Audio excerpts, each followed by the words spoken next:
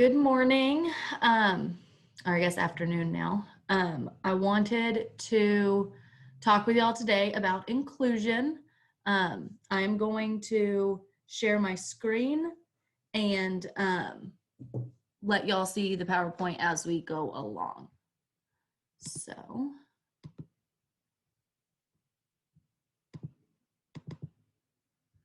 let's do this in present mode.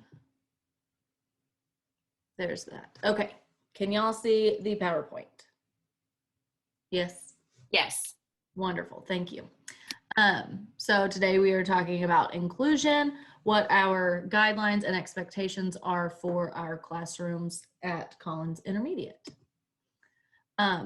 First of all, inclusion is a belief that every child is a vital part of the learning community. We have to provide the supports they need to help them be successful, and having success in every student in the room helps the classroom environment as a whole by promoting success across the board. They kind of feed off of one another. An inclusive system is based on a deep respect for diversity. Not all learners are the same, and not all of the supports that they may need in the classroom are the same. So we have to, we have to really focus on implementing effective inclusion models in our classrooms, because we are seeing, I wouldn't say a lack of support in the classroom, obviously, but we are seeing some issues where some of our staff doesn't necessarily understand their responsibilities and what they are or are not responsible for, and what duties fall on the teacher and what duties fall on the paraprofessional or the certified teacher that is providing the inclusion. So we're really going to hit on a majority of those things today. The separation of duties. I need to shrink my screen a little bit. There we go. So the separation of duties. The classroom teacher is always the primary teacher for all students. Paraprofessionals' responsibility should align to the classroom schedule, including guidance from the teacher on what they should do during particular parts of the lesson. Not all sections of the lesson or all sections of the day will need support from the paraprofessional or the teacher in the room. And those are times when they can run and make copies or help prepare packets or check take-home folders, those types of things. But that needs to be explained to begin with, because we don't necessarily always spend the entire class period in that room. All of our core sections are 90 minutes, but we might only have an inclusion support person in there for 45. So knowing when that time falls in the lesson for the paraprofessional and what they're supposed to be doing is really important as well. We really need to focus on making sure that we're not only using a paraprofessional for administrative duties, because that's really, paraprofessionals are not in the room to help teachers do their clerical things. They're there to support the students, but they have to have that relationship with the general education teacher as well. Roles and responsibilities. These are things that our paraprofessionals or certified teachers doing inclusion can do. They can assist the student with groups, individual students. Given materials from the teacher, they can use that to do small group interventions, things like that. They can provide support for students outside, only when it's designated on their outside of the classroom, excuse me, not just outside, that would be recess. But they can, as long as it's noted in the student's IEP, a paraprofessional can do that as long as it's listed. We can always do more than what is on those types of documents, but we can never do less. They can assist with behavior intervention plans. They can be a part of the planning process for implementing those behavior plans in the classroom. If manipulatives need to be made or used, or there's a check system or a check sheet, paraprofessionals can complete that if they're the ones spending the majority of the time in that class with that student. They can collect data on the student's mastery. If the teacher is sharing the IEP goals with the para, that is okay. And they can track it, but ultimately the responsibility of tracking and monitoring the success of the student falls to the teacher. They can assist in grading assignments and tests as long as it's things like multiple choice. Once you get into essay questions or interpretive questions, that gets a little trickier just because that would be something that the teacher would need to grade, but they can assist with that.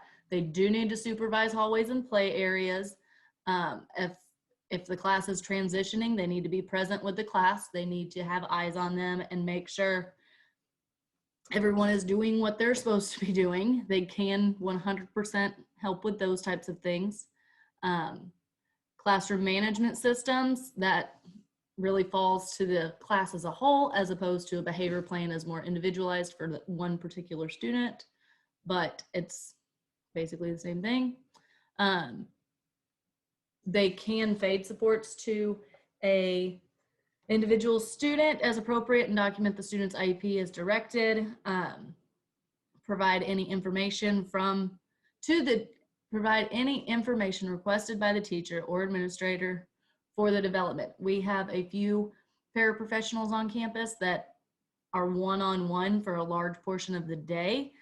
They would be your best go-to insight for drafting new goals and objectives to really understand how that student is performing and where their gaps are and things like that. So we definitely utilize the insight that a paraprofessional can give us when we're creating those goals and objectives for IEPs.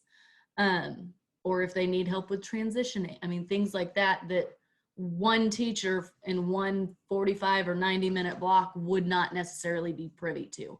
So though they can definitely give us great information on that end. They can assist with clerical duties, organization of materials, making copies. But that's really like not why they're in your room all the time. So try to limit that as much as possible, because they do not have a conference period and you do. They can assist in collecting and recording attendance information. Those are all things that can be done by a paraprofessional. What is not their responsibility: developing lesson plans, introducing new content. This is a really tricky one, because when we get into small group sessions or when we explain some of the models that we can use during inclusion,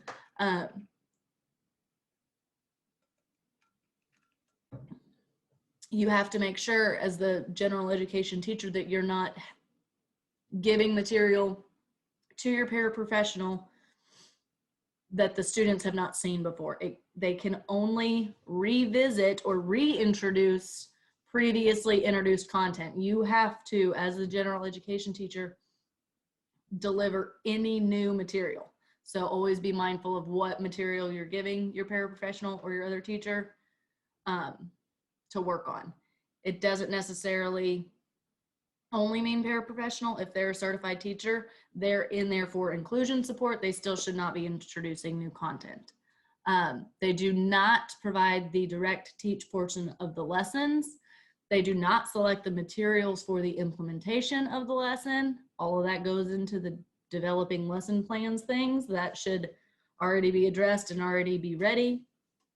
But if they need to help cut construction paper for a flip chart, that's fine. But the teacher would have already known that we were working with construction paper that day, if that makes sense. They do not get to assign final grades. They do not necessarily develop IEP goals and objectives, even though we do use their insight when The teacher of record writes the goals and objectives. They do not actually write them.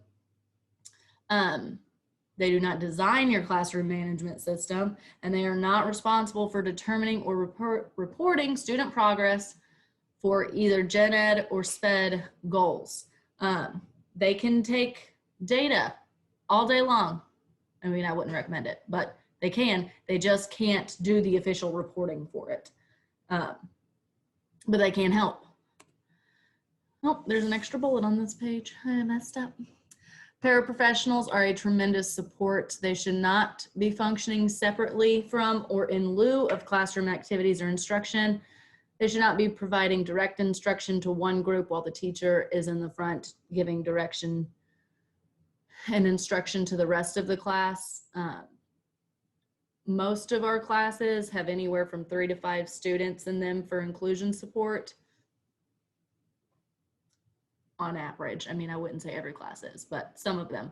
So your inclusion person would not have their 3 to 5 students at the back of the room if the teacher is giving instruction to the rest of the class. That is not how that works. They need to be receiving that instruction as well. And the paraprofessional can be moving through those 3 to 5 students to make sure and progress check them periodically to make sure that they're getting it, but they do not need to have them pulled and separate and doing something different. That would not be a good, it's not one of our methods that we're going to talk about later. So communication is vital. It is the key to a successful teaching team. Student expectations must remain consistent from person to person. In addition to communicating the expected roles and responsibilities of the teaching team, it is helpful to define specific responsibilities in regards to that teaching team. So if the general education needs assistance with MAP testing, or the way they think that the way the teacher feels the student should receive their state testing, they can reach out to whoever, but they don't need to have a conversation and then one person goes and asks somebody and then they go ask somebody else. Like, be clear about what your responsibility is and who should be finding the answer to that question. If it needs to come from the special education team, the general education team, their content leader, however that needs to work, but we don't all need to try and find answers right then at the same time by 8 different people. That is not effective communication. Building rapport. The paraprofessional is part of the educational team and should expect to receive the same respect as the teacher. Students should not be, keyword, going crazy or behaving any differently when it's just the paraprofessional in the room or the teacher.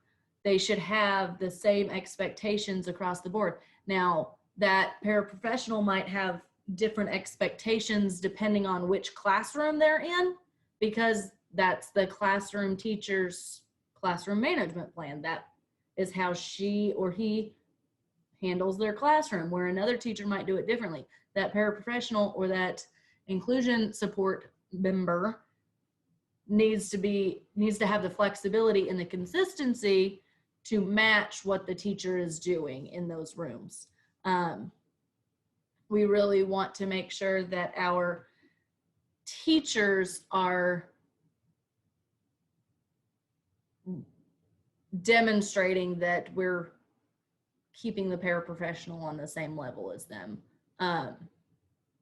when it comes to instruction for the students. It's not about rank necessarily, but we want the student, I mean, of course we want all students to be respectful all the time. That would be an ideal little world to live in, wouldn't it? And identifying where materials or supplies are located that may be needed for instructional purposes. the paraprofessional or inclusion support members should be familiar enough with your room that they can help with those types of things. I mean, consider them a second pair of hands. They can do a lot of things in your room and can help lighten the load, but their first priority is the students that they're in there to service. The classroom management side of things, the paraprofessional needs to understand what you're doing in your classroom,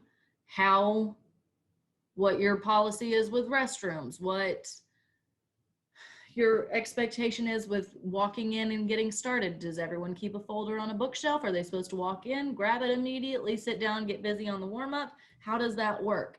I know things are crazy right now, and we have to pull our paraprofessionals and our inclusion support to cover classes sometimes. But that doesn't mean that they shouldn't still be familiar with your room. We're not pulling them that much, and that shouldn't impact how you are handling your classroom. Because as of right now, we are still over servicing our students. For example, if a student only has 90 minutes a week, but the inclusion support goes to class 4 days a week, they're getting almost double that, or triple, depending on the class period, the class size, and if that para has pulled for the day. So nobody's not getting minutes, but we're not in classes frequently as we would like to be. But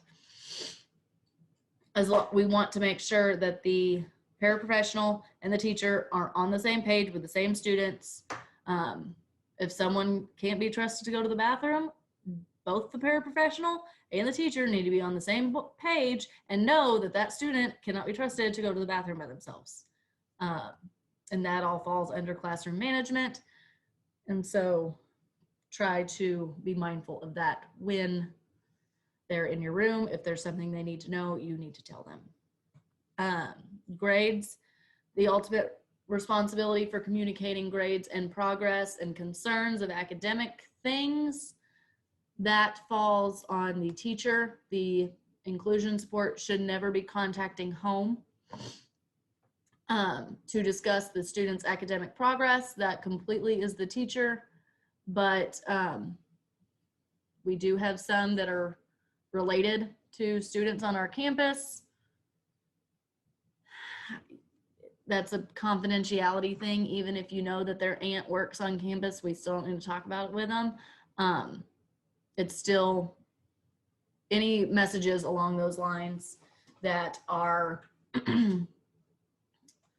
in that, what is it? I guess domain, that has to come from the gen ed teacher or the special ed teacher of record. If a parent is trying to contact the paraprofessional has the responsibility to say, hey, you know, you really need to talk to their teacher about it. Here's their number, or this is when you can call her extension at school. Those conversations need to be shut down as quickly as possible, because it's not their responsibility to have those conversations. The legal obligations of an IEP as they relate to the paraprofessional's role with the student. The teacher and the paraprofessional both need to be familiar with their IEP goals and objectives and any accommodations and modifications that student receives in the classroom. If they're not, then we might not be providing the right support. So we want to avoid that as well. Academic assistance, this falls also on being familiar with the students' goals and objectives and their accommodations and modifications, because if a student receives oral administration of tests or assignments and we didn't know that, every single test that they didn't get read to, they have the opportunity to retake. So we definitely want to pay attention to what their accommodations and modifications. It's probably the biggest piece that paraprofessionals need to be familiar with for the student. But yes, those documents need to be shared by the teacher with the paraprofessional. As most of you know, we have binders in our classrooms. Every single classroom that receives inclusion support has a binder. It says inclusion binder on it. and it has all the students in that classroom at any point in the day's paperwork in it, including their goals and objectives and tracking sheets for inclusion minutes and their schedule of services page. So all of that information can be found at the, I think most of them are by computer stations. I'm not entirely sure where they all got put. Some have moved now, but every room has one. So you may use those for reference if you need it.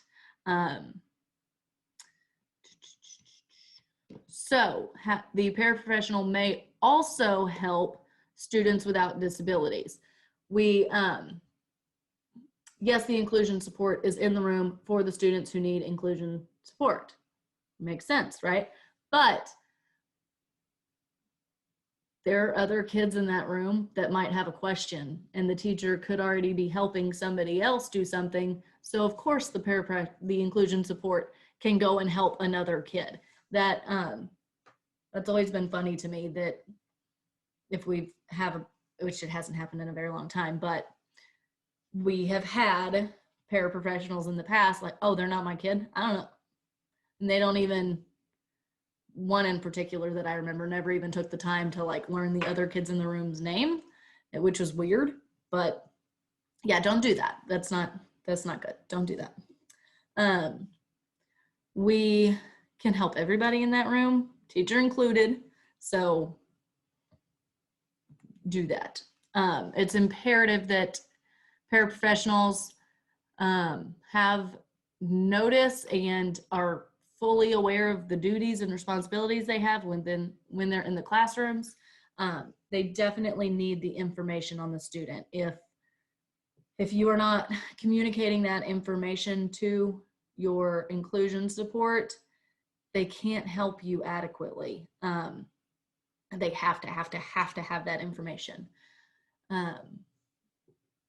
The teacher would be the one to explain what the IEP means and what the paraprofessional's role is in assisting with that. All adults in the classroom need to be on the same page for students. Expectations should not vary from person to person. We do have a few teachers that receive different people throughout the day for inclusion support. And everyone is kind of on the same page. They've communicated what does and does not get done.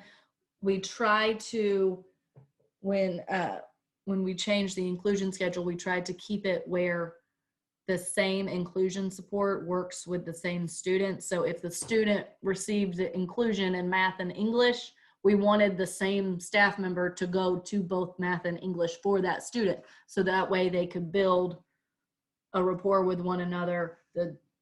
Everybody on that child's team is good, if that makes sense. We wanted to ensure that they could build those relationships. And if we're changing staff members every 3 weeks or every other class period is a different support person, that could be challenging for the student, especially students we have seen behaviors in.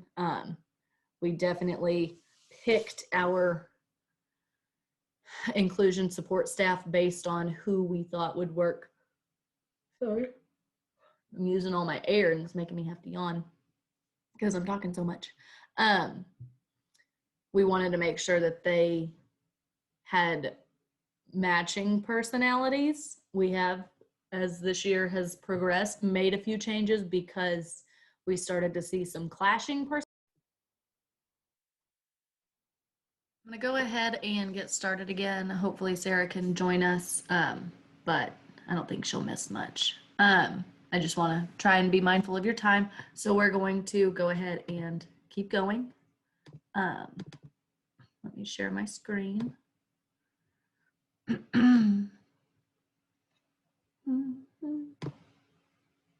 Okay, it's loading. All right, there we go. So we are moving on to accommodations versus modifications.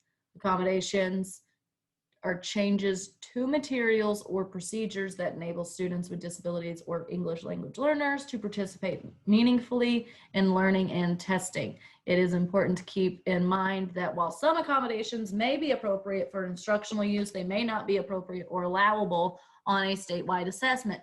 The STAR test limits what is legal as an accommodation, basically. And we cannot provide supports on testing if we don't use them in the classroom. Oh, she's joined us. Good deal. You didn't miss very much. Thank you for getting back on. I'm sorry for those technical issues. Hopefully it does not happen again because we're almost done. But an accommodation changes the materials or the procedures. Modifying or a modification actually changes the information, if that makes sense. An accommodation adds to, it can include your instructional strategies. It can be smaller chunks. We're doing the same assignment with the same amount of questions, but you're only getting one page at a time. Whereas modifying the content actually changes what they get. It could be a different TEK. It could be a different grade level, but still on the same thread of TEKs. Things like that. If you're changing what they're learning, then it's a modification. If you're accommodating what they're learning, it's the how, if that makes sense. You're not actually changing the content. So that is going to be found on the schedule of services page. That is also in those inclusion binders that I spoke of maybe earlier in the training. Strategies for supporting students. You can use a variety of instructional format. There's a big thing going around right now in education called the universal design theory.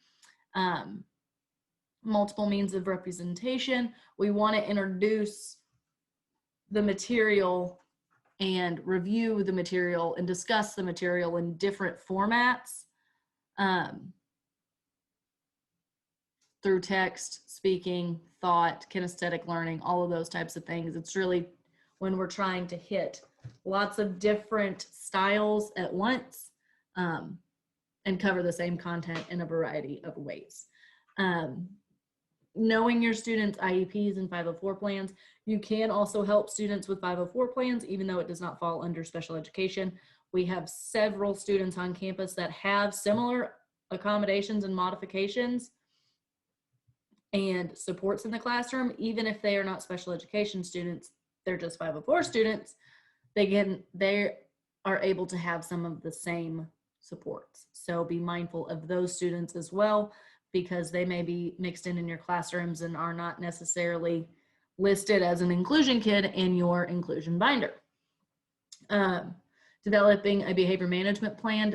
Disruptive classroom behavior can affect not just the teacher, but also the other students in the classroom. If you have students that are defiant or overly aggressive or just generally disruptive, really work on building a rapport with that student to try and ease the situation as best you can. Okay, so we have 4 really main models that we want to see when we come by and look for inclusion sports. One of them is station teaching. You might have the teacher doing a small group, the paraprofessional doing a small group, students working individually. Some can be on the computers. It might look different for whatever assignments you have going on that day, but this is one of the things we will look for, or one of the approaches. It does say co-teaching. Co-teaching is not the same as inclusion, but this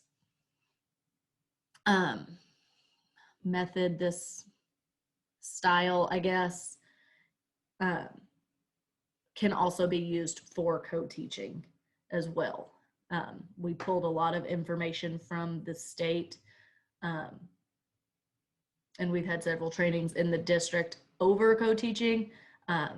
Technically, we are not co-teaching because not all of our inclusion support are certified teachers, and that is one of the rules for co-teaching. Anyway, so you might have different activities going on at each of those groups. The paraprofessional can lead one, the teacher can lead one, and students can be working independently. There is also one teaching, one assisting. This is probably our most common technique that we see. Your teacher is at the front giving your instruction to the class as a whole, and our inclusion support is weaving through and giving kids that proximity control and checking and managing and assisting while the teacher is teaching. This allows for the paraprofessional to give those checks and, really work with those kids that they are specifically there for. But depending on how your room's laid out, they could just be helping anyone, and the other kids in the room would never know who the inclusion kids are. So just be mindful of who you're giving all of your attention to if you're doing this technique, one teaching, one assisting. Then we have one teaching, one observing. This is a little bit more hands-off for your inclusion support person. A lot of times they may be taking data.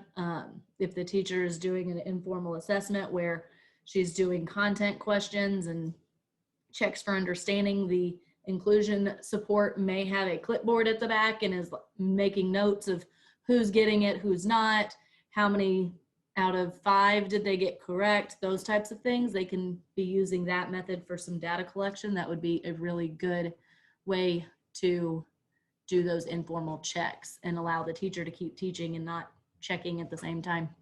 And then they can then use that data to build and design instruction.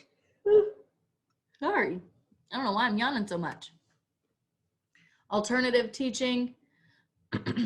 This one we don't see very often at all, but it allows, if you have to split your kids to really hone in on specific skills that you have already introduced to begin with as the general education teacher, you have to introduce all content first. When you have already introduced that material and you need to split, you can split your groups, and your inclusion support and your general education teacher can both have their own groups. This is a great way to do remediation, enrichment, new learning strategies. If you have kids that were absent with COVID, we have kids that are absent all the time. We are trying to do virtual learning while they quarantine, but I don't know about you, but I don't think that they're really doing it that much at home. So a lot of times we'll have kids come back from quarantine that need to get caught up. And this is one of those techniques or methods that we could use to help get them back on track. Monitoring, we're almost done. By the way, we have like 3 more slides. Monitoring student progress.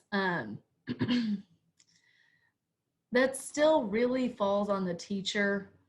You can definitely help the teacher make note and record the progress. The teacher should have multiple forms of data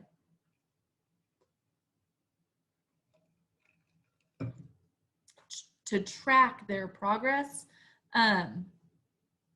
We don't want the paraprofessional to be the only one tracking the IEPs.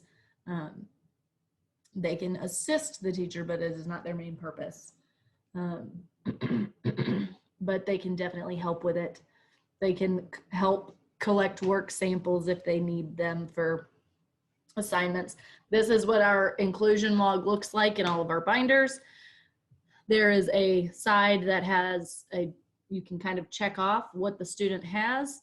And then over on the right, you can write in just a snippet of what their goal is, or the TEAC number, or however you want to put it. You will see across the top that you can put some student information on there. Biggest things are the minutes per week and the student name, obviously.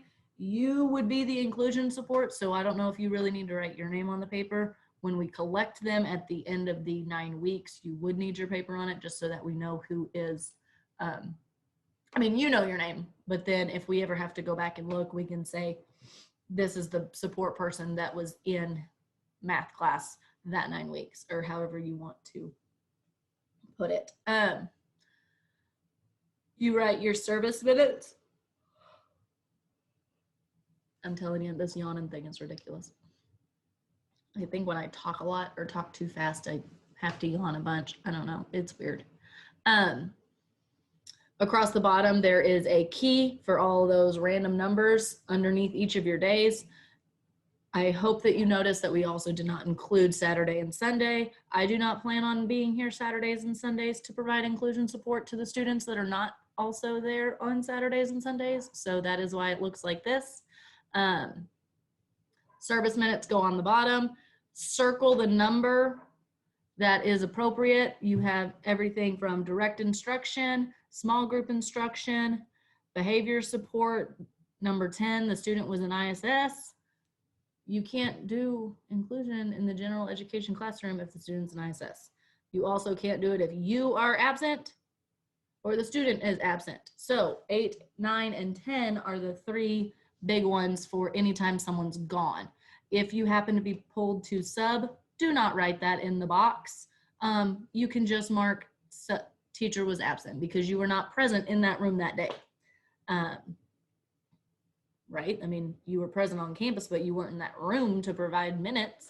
Anyway, dues include a detailed list of the activity on your specific days. You can just put a little note in the box. Comprehension activity, reading packet, root word practice, whatever the case may be for that day. You can put a note of what supports you did anytime you're absent, and always make sure you are putting your dates and times correctly. If we have been audited in the past, and if it happens again, we really need to be specific on how many minutes we were in there for what days. It's one of the biggest things they look for. Do not make a note when you are pulled to cover. Do not write in times and say that you were there when you weren't. And don't make any notes or things of other students on that paper. If there was a behavior thing with Jimmy, don't write that. Just say behavior or something. You know, you don't ever want to put information for another student on that paper for auditing's sake.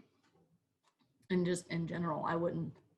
Okay, last one, confidentiality. I know I mentioned it earlier, but we have some paraprofessionals that are related to students on campus. But if that paraprofessional does not provide support in that classroom for that student, you don't need to talk to them about them. It's not a good idea. You're breaking confidentiality by doing that. The general education teacher should never talk to another para that does not service their student for any reason. Don't talk about a student that you have in the grocery store, on the playground, in the hallway. Don't do it. It's bad. When the student's educational plan is made, only discuss things that are relevant to the student at that time. I'm sorry, my dogs are going crazy in the background and it's distracting me. Don't bring up other students if you are in the process of developing an education plan for a student. If you're in meetings about a student, student A, don't talk about what happened to student C when they got mad at student B. Like, you're not there to talk about the student C and B. You're there to talk about student A, so keep the focus on student A. If somebody approaches you to talk about a student, shut the conversation down. I'm not on their team. I don't think it's appropriate for me to talk about this. Why don't you go talk to so-and-so who is on their team about that student, or ask a principal or the counselor. But if you don't service that student or have any educational need to discuss that student, their behaviors or their academic progress, don't talk about it. When the teacher is no longer their support person, even if you are aware of their goals and accommodations, or goals and objectives and accommodations and modifications, but you're no longer servicing that student, you should no longer have any conversations about that student. I know all of that is easier said than done, and that doesn't always happen, but don't. And then tip 5, when in doubt, put yourself in the shoes of the parent or the student and ask yourself, would it be okay for people to be talking about me or my family in this manner, in this same location, and for the same purpose? You know, that's a really long question to ask yourself. It's like 3 questions really. But if it feels like it shouldn't be a conversation that you're having out in the open, don't have it. And with that, I will leave you. I appreciate you all joining me today. Did anyone have any questions? If not, it's okay. It's kind of a cut and dry. I have a quick one, and it refers to the teaching stations. Okay. Do you feel like there is a max number of stations that we should rotate students through? So our core classes are 90 minutes. I feel like your stations definitely need to be based on the amount of time you're giving the students on the stations, versus how much time you're using of your lesson. If you're teaching for the first 30 minutes and then you have 60 minutes to rotate, you could do 4 stations for 15 minutes, but you also have to keep in mind what activities you do in those stations and make sure that it fits a 15-minute time frame. If they're going to get done in 10 minutes, you're going to start seeing behaviors instead of, genuine work experiences. It's not going to be a great learning environment if everyone's off task and finished early. For 5th grade, most of our classes are about 18 kids. I would say do groups of 3 to 4. That makes you have to do a lot of planning for your stations, but it really depends on your classroom environment and your classroom management. Stations do not work if you don't have a good base on your classroom management plan, because then they just run all over the place and it's not productive for anyone. So keep those things in mind when you're building your stations, but you can definitely plan a station that the paraprofessional oversees. It just depends on what activities you had in mind for your stations as to how much time. But we definitely have enough time in our core subjects to allow for station rotations, if that makes sense. It does. Thank you. Thank you. Anything else? Nope. Yes, no? Okay. Well, I appreciate y'all being here. Let me get out of this. Stop share. I appreciate y'all being here. I hope y'all have a wonderful day. And that's all. Thank you so much. Yes, thank you. Bye. Thank you. Bye.